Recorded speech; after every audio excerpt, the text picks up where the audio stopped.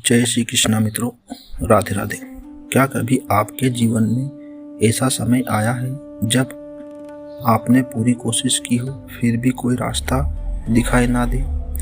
आपने अपनों के लिए बहुत कुछ किया हो लेकिन बदले में अकेलापन मिला हो। आपने मेहनत की हो लेकिन सफलता किसी और के हिस्से में जाती हुई दिखाई दी हो।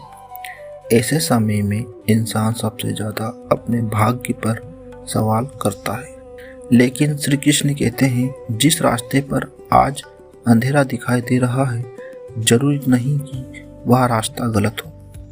एक बार एक व्यक्ति अपने जीवन की परेशानियों से हार कर श्री कृष्ण के मंदिर में गया।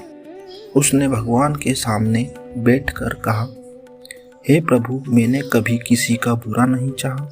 मैंने ईमानदारी से मेहनत की, फिर भी मेरे जीवन में इतनी परेशानियां क्यों हैं? वह बहुत देर तक रोता रहा।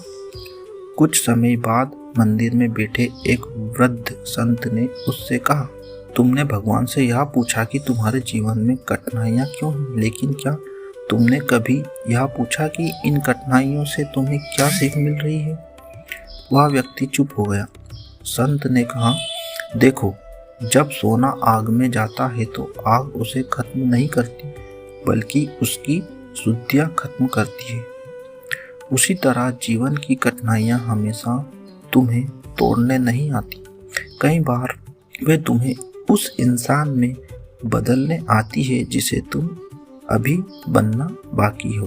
तभी उस व्यक्ति की आंखों से आंसू निकल पड़े। उसे समझ आया कि वह अपनी परेशानियों को सजा समझ रहा था, जबकि शायद वही परेशानियां उसे मजबूत बना रही थी। श्री कृष्ण का गीता ज्ञान भी हमें यही सिखाता है। कर्म करते रहो, परिणाम की चिंता में अपने वर्तमान को मत खो। आज अगर सफलता नहीं मिली तो इसका अर्थ यह नहीं कि आपकी मेहनत व्यर्थ चली गई। हो सकता है भगवान आपको सफलता से पहले उस सफलता को संभालने की शक्ति दे रहा हो। इसलिए अगर आज जीवन कठिन है, अगर रास्ता दिखाई नहीं दे रहा है, अगर लोग आपका साथ छोड़ रहे हैं तो हार मत मानो, क्योंकि श्री कृष्ण का हाथ उस समय भी आपके साथ होता है जब आपको लगता है कि आपके साथ कोई नहीं है। बस अपना कर्म सच्चे मन से करते रहिए।